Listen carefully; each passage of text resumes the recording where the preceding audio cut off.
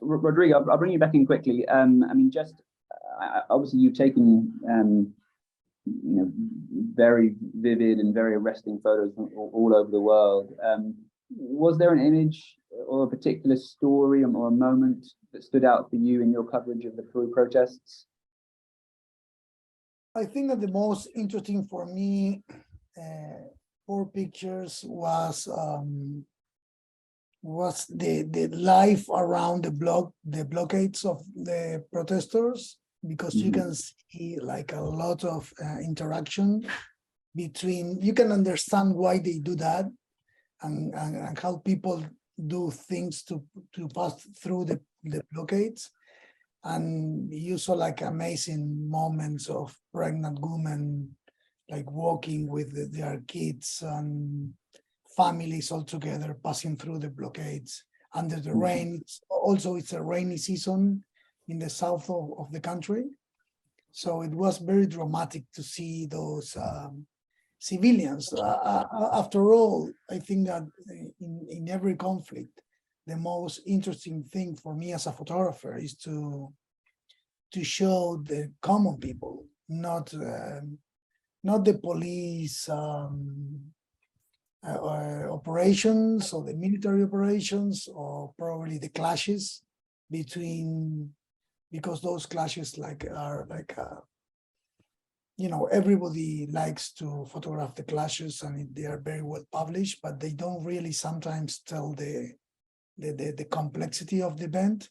And I think that for me, it's more important to focus in the normal people, in the families, in the those millions of Peruvians that were like trying to struggle, and the life was really difficult for them. People doing lines in Cusco, people doing lines for 10 hours. One day, people were like sleeping to get gas for cooking for almost 2 days sometimes.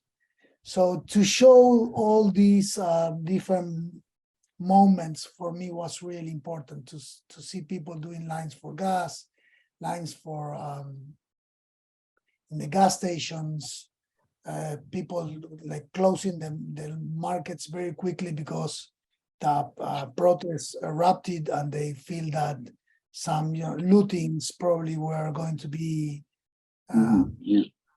in the towns. So the daily life of Peruvians was so affected that I think that for me, in terms of pictures, was interesting to show that the daily moments of the protesters. And I don't know, I think that probably it was my part, because I couldn't go in December. That was probably the most violent part of the protest. I went there when things were more calm. At the same time, it was a lot of doubts about if the president was going to renounce, or if they're going to be changed in the government. So it was a good moment to do daily life in a way. Thank you, Rodrigo.